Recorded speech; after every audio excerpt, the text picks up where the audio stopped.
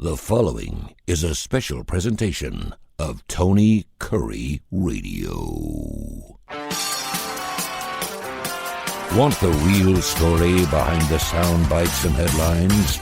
Let's find the facts. Remember, it's not a conspiracy theory if it's the truth. You are not paranoid or confused. You just need to know.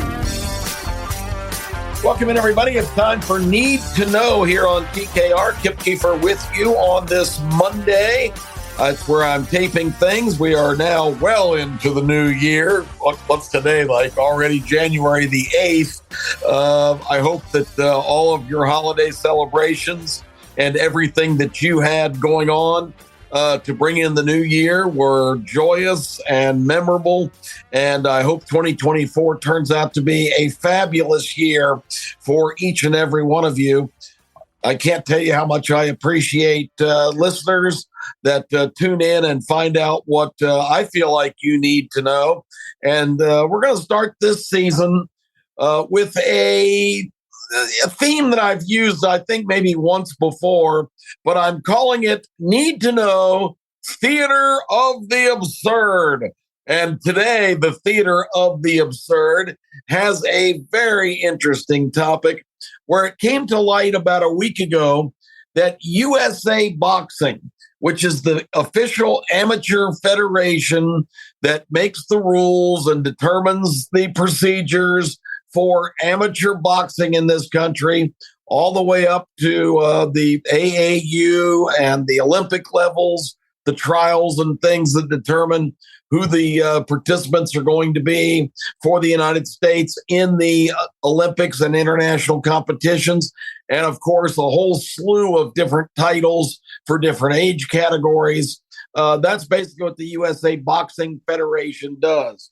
Well, you know, the USA Boxing Federation decided that they needed to update their rule book because from a procedural situation, they had not done anything to address the issue of, wait for it, transgender fighters. Now, I have no problem with someone who wants to alter themselves, who identifies as something different. I think it's an indication of possible mental illness or some other kind of dysfunction. But, you know, again, each individual of age, let me add that, because this movement to try and convince young children that their gender identity is in question is heinous and unacceptable. Because let a kid be a kid. Let a child make the decisions on these things, even if they have thoughts, when they're qualified to do so, when they approach adulthood at least, or actually reach the age of legal consent for most things, which is somewhere, and this is another ridiculous aspect of what you need to know, but I'm sure all of you are aware that some things, if you're 18, cool, knock yourself out. For other things, you have to be 21. Let's make a determination of what that age is. I think the number is hard to identify because, as we've talked about here about older people, particularly in politics, where our presidential candidates are both, one's over 80 and the other one's right behind it, you can't really quantify the number in terms of that part of the deal because people's development mentally, physically, emotionally is all different. It's all based on the individual. So there could be a 17-year-old who's fully mature and functional, but there could be a 25-year-old who's still wrestling with their identity and their desires and whatever else. So it's really tough. And I gotten off on, as I do, as you listen to the show, on a different tangent I didn't really intend to talk about. But the bottom line is, if a person makes a decision at age of legal consent that they believe their gender is wrong, you know, who am I to tell them that they can't make that determination? As insane as it seems to me to be, I can't get past the fact that you are born a biological male or a biological female. There's only two choices, A and B. And if you think mentally you were assigned the wrong package, and you want to alter it, I do not tread on anyone's individual liberty to make those decisions. However, for all of this political correctness now that is completely drowning us as Americans, as human beings, for USA Boxing to come out with a transgender policy is about as an example of lunacy that I can possibly imagine. Because basically what they've done is put in their rule book criteria where, and they haven't done it for both genders, which is unusual, but I don't think you're going to see a long line of females transitioning to males, getting in line to fight male boxers. So obviously, this is the same issue that we're currently dealing with in all kinds of other women's sports, swimming, track and field, powerlifting, etc., are the major ones where transitioned males are competing against females, in a lot of cases, strutting around the locker rooms with them, still featuring their original equipment, and yet they are allowed to compete in swimming pools and playing fields and other venues. We recently had a girl seriously injured in a volleyball game when a trans male, now female, spiked the ball so hard it broke her nose and structurally created a lot of damage. So you get those reports on a pretty regular basis. Of course, the other one last year was a college lacrosse game where a trans male launched a shot and hit a young lady competitor right in the face and caused a tremendous amount of injury. So you're starting to get a lot of these things as more of these people transition into female sports. And competition is great. There should be a competition for anybody who wants to compete and has ability, in a sport. But boxing is a very interesting direction to go. If you're talking about males who have transitioned to females, and the rule book lists the criteria very clearly of how that's got to work, where you have to have undergone the transformational surgery.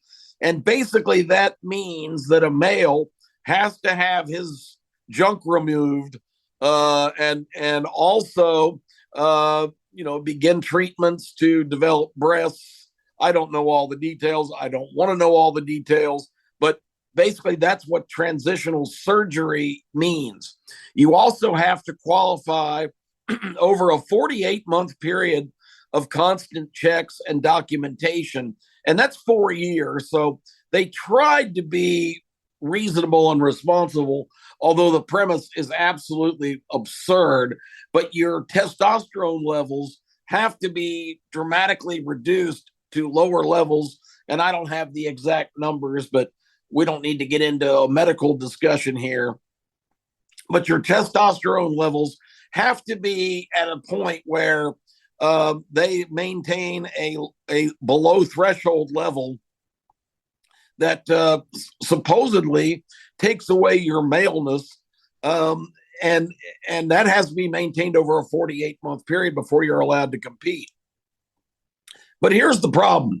With all that said and the criteria established, you're still going to have a biological male, and I don't care what alterations take place. It doesn't matter what procedures are implemented to make this magical changeover from male to female. You're still, till the day you die, if you're born a biological male, you are still in bone density, in physical criteria, you are still a male. If you look at Caitlyn Jenner, Bruce Jenner, the former greatest athlete in the world as a man, winning the triathlon competition, the decathlon, I should say, the decathlon competition, which is like 12 different sports in the 1976 Olympics. Bruce Jenner made the transition to female and has gone through all the steps. But if you look at Bruce Jenner is not feminine. Bruce Jenner may identify as a woman and look like a woman and call himself Caitlyn and has undergone the procedures. But do you, even at this age, Bruce Jenner probably now has to be in his 60s, maybe even 70s. But if you're a woman, do you want to get in a ring with Bruce Jenner, formerly the greatest male athlete in the world, the winner of the decathlon? I don't think so. And quantify that with other male athletes that have gone into women's sports, like Lee Thompson, who's now Leah Thompson, the male swimmer who has destroyed female swimming records. He was a mediocre college male swimmer who has become just a devastating force competing against women. And he still has all of his equipment. Of course, famously, Riley Gaines has kind of made an identity for herself, being the kind of spokesperson. She was a swimmer at the University of Kentucky and was absolutely appalled that they were having to compete against other swimmers of a different gender, and especially the fact that he was allowed to be in the women's locker room, strutting his stuff, so to speak. So, I mean, the examples of, and I mentioned a couple of the worst case scenarios a few minutes ago in some other sports where women have been seriously injured in volleyball and lacrosse, because no matter how you cut it, no matter what alterations or criteria are there for these individuals, they are still biological males, and that does not transition. You don't develop a bone density or different levels of functionality as an athlete by going through the transition. So what we're really doing here is sanctioning the ability for men to be in a ring and inflict physical damage upon women. And think about the irony of that statement. We're allowing dudes to beat up women. And if anybody wants to take the position that, okay, well, they're not dudes anymore because they've made the steps to become female, but they're still biological males. And we're talking about boxing. And the people that are pushing this are these leftist ideologues who are trying to completely disrupt the fabric of everything that we have established and everything we have always held as self-evident truth, that there are men and there are women. This continuous, endless, relentless objective of trying to completely blur that line is absurd. And this is the worst example and the classic example of theater of the absurd that we've mentioned sometimes here on TKR. So now you've got the same people pushing this agenda that have pushed the agenda for many years, that the most abhorrent thing, and I completely agree with what I'm about to say, the most abhorrent thing imaginable is a man inflicting physical damage on a woman. A man hitting a woman is the greatest taboo in our society. And the implications of that, which is absolutely unacceptable, it is totally, I use the word again, abhorrent for any man to strike a woman, and particularly to inflict enough physical damage where a woman has to seek medical treatment. Any man striking a woman is just a horrible, horrible thing. And now we've got USA Boxing, who is making steps in their rule book to sanction that activity. And the same people that are outraged, that have started all of these support groups and have had protests and different things all of the societal aspects of people that have led the charge to completely condemn the worst possible idea of human interaction, a man striking or inflicting damage on a woman physically, now is going to be a sanctioned activity. And a lot of the same people that are supporting this political correctness are also absolutely appalled by the thought of what I just expressed of a man domestically or physically abusing a female. But it's this kind of ironic zone that we find ourselves in, where a lot of people who are more interested in just tearing down the norms of society and will be on board on causes that are completely conflicting, because that's what the movement is about. This protest movement, this uprising of outrage over how things are in the world, and trying to right the injustices, are all over the board. And many times, the same people that are for one thing are also for something else that's completely counter to what they would tell you privately they believe in, if that makes any sense. You've got the absurd situation of these people in the street disrupting events, causing traffic problems, trying to disrupt travelers at airports. This whole Palestinian protest that the Israelis are evil occupiers and have shoved the Palestinians out of their homeland. These people know nothing about history and how we've gotten to this point. It is a complicated situation. It is not an A and B, black and white deal. It is something that takes years of study to try to understand. But the bottom line is, and we talked about this a couple of weeks ago here on the show, there is probably not one example that you can possibly come up with that is a person or people that are settled on a landmass that have not been resulting from that particular piece of land or area or geographical location being, quote, occupied numerous times. And I have mentioned, I know, a couple of times on the show, that where we're talking about now, the country that is currently Israel, which was established not by aggressive Jewish settlers, but by the United Nations following World War II, spearheaded by Britain, supported by the United States.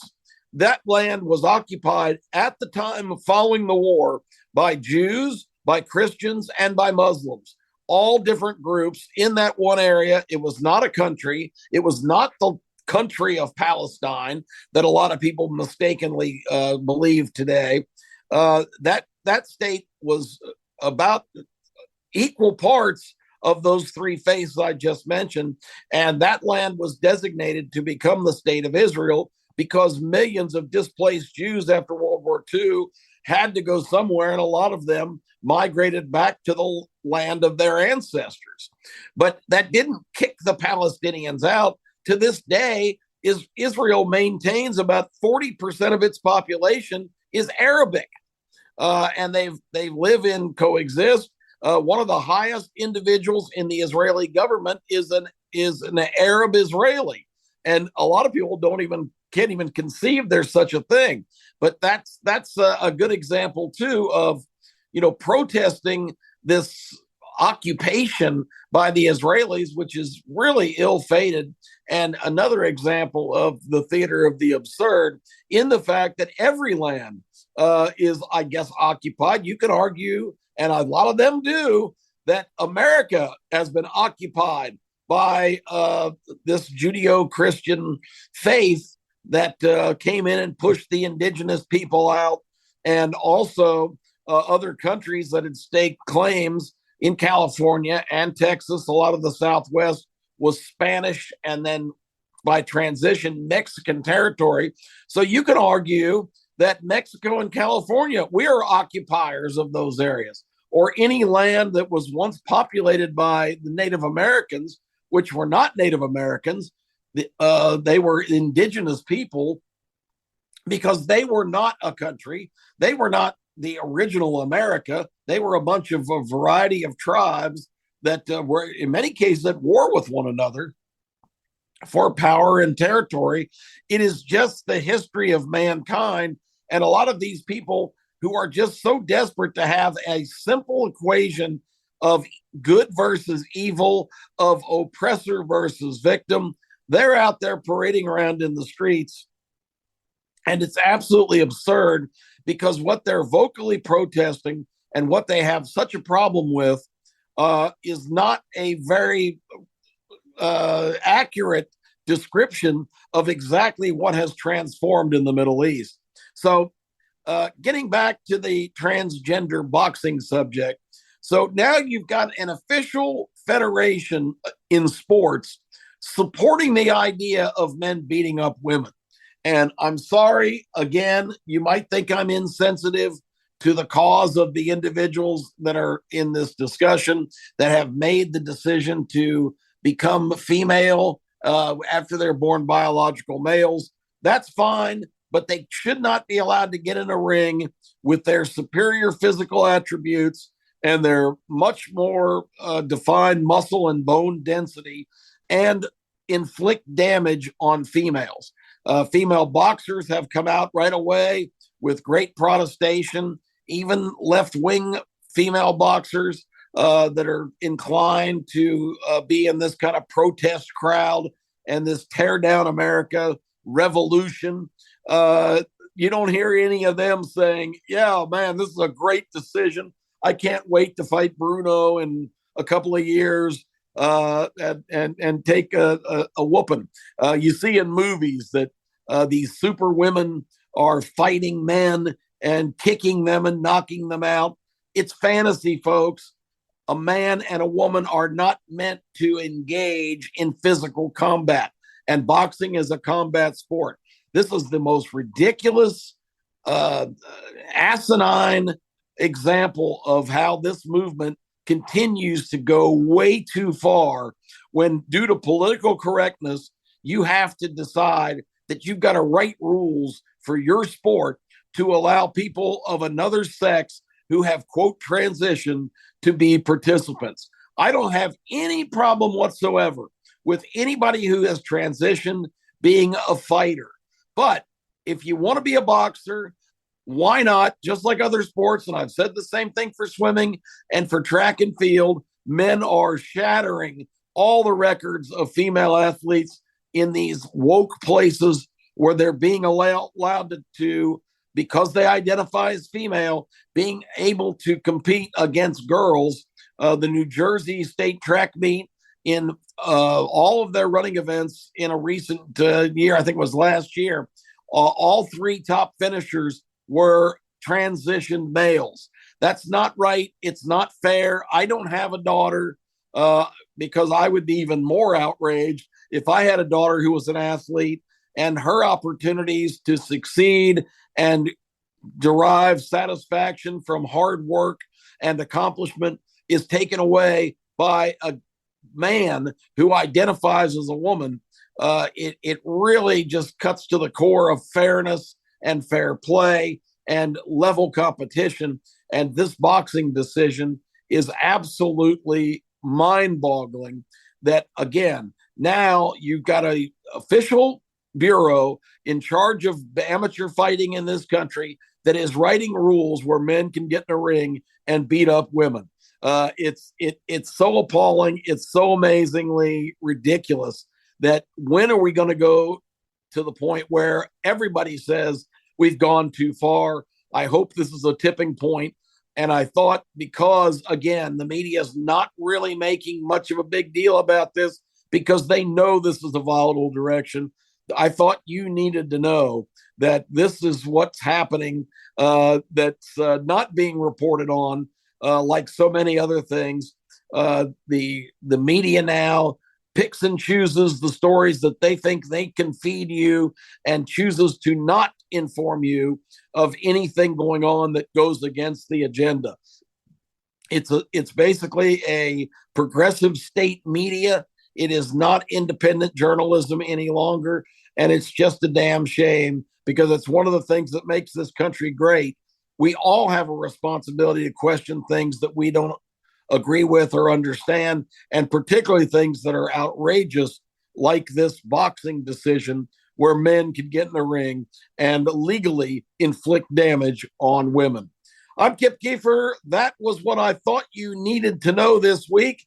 I want to make it clear once again that my final point here is there is nothing more disgusting and intolerable than a man beating up a woman, inflicting any kind of physical damage on a woman, and now we're sanctioning the activity. When does the madness stop?